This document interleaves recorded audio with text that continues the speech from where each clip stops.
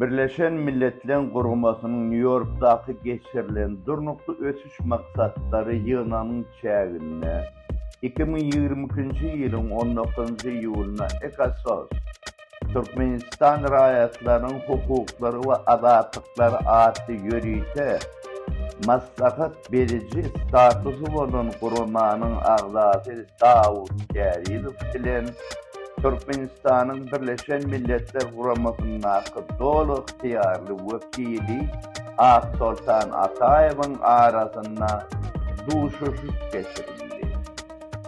Gurulmamyz durnukly ösüş maksatları barada alternativ tasabat götürildi. Hasabyň üstünne işlemek 2022-nji ýylyň iýul aýyndan beri dowam edýär.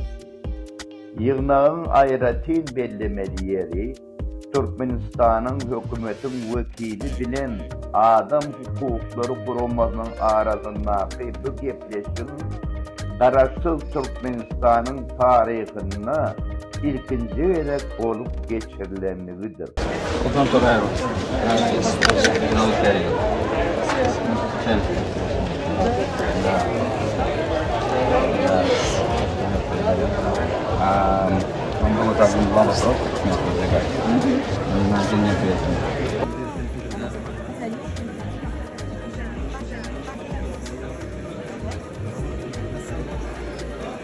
Adam yolu adat